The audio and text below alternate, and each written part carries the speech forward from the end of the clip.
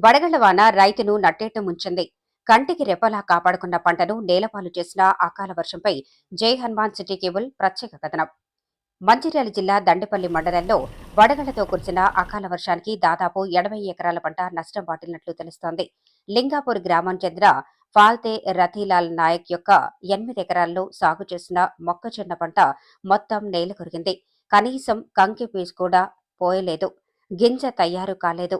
రైతు రతీలాల్ మాట్లాడుతూ దాదాపు 2 లక్షల రూపాయల పెట్టుబడి పెట్టి రాత్రి పగలు కష్టపడి పంట పండిస్తే 20 రోజులైతే పంట చేతికొచ్చే సమయంలో ఇలా రాకాసి వాన వచ్చి 8 ఎకరాల పంటలో కనీసం అరెకరం కూడా మిగలకుండా అంతా నేలమట్టమైందని ప్రభుత్వం సర్వే చేయించి పంట నష్ట పరిహారం అందించి ఆదుకోవాలని ప్రాధేయపడుతున్నాడు.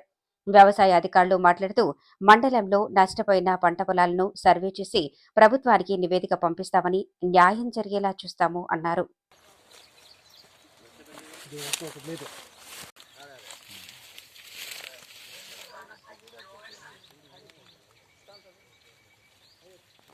కంకి సైజ్ కానీ మొక్క హైట్ కానీ అన్ని సేమ్ ఉన్నాయి. అన్ని ఒకటేసారి అయింది. మందు కానీ మీరన్న పైన. నా పేరు రతిలాల్ నాయకు. మొక్కజొన్న 8 ఎకరాలు మొత్తం ఇది వేసి 75 రోజులు అవుతుంది. అందులో వడగాలుల వర్షం వచ్చి మొత్తం భూమి నేలపాలు చేసేసింది. రైతు చాలా ఆవేదనగా ఉన్నాడు.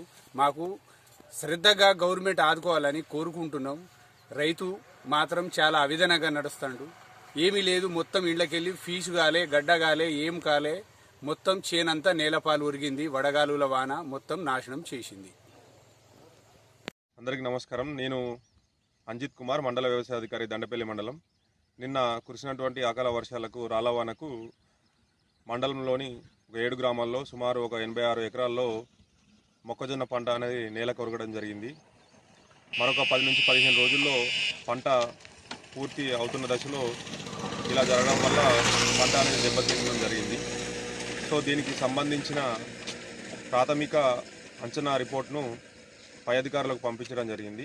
ప్రభుత్వం నుంచి ఆదేశాలు రాగానే ప్రతి ఫీల్డ్ క్షేత్రస్థాయిలో సందర్శించి పంట నష్టాన్ని అంచనా వేసి మరలా నష్టపోయిన రైతుల వివరాలను అందజేయడం జరుగుతుంది. Thank you.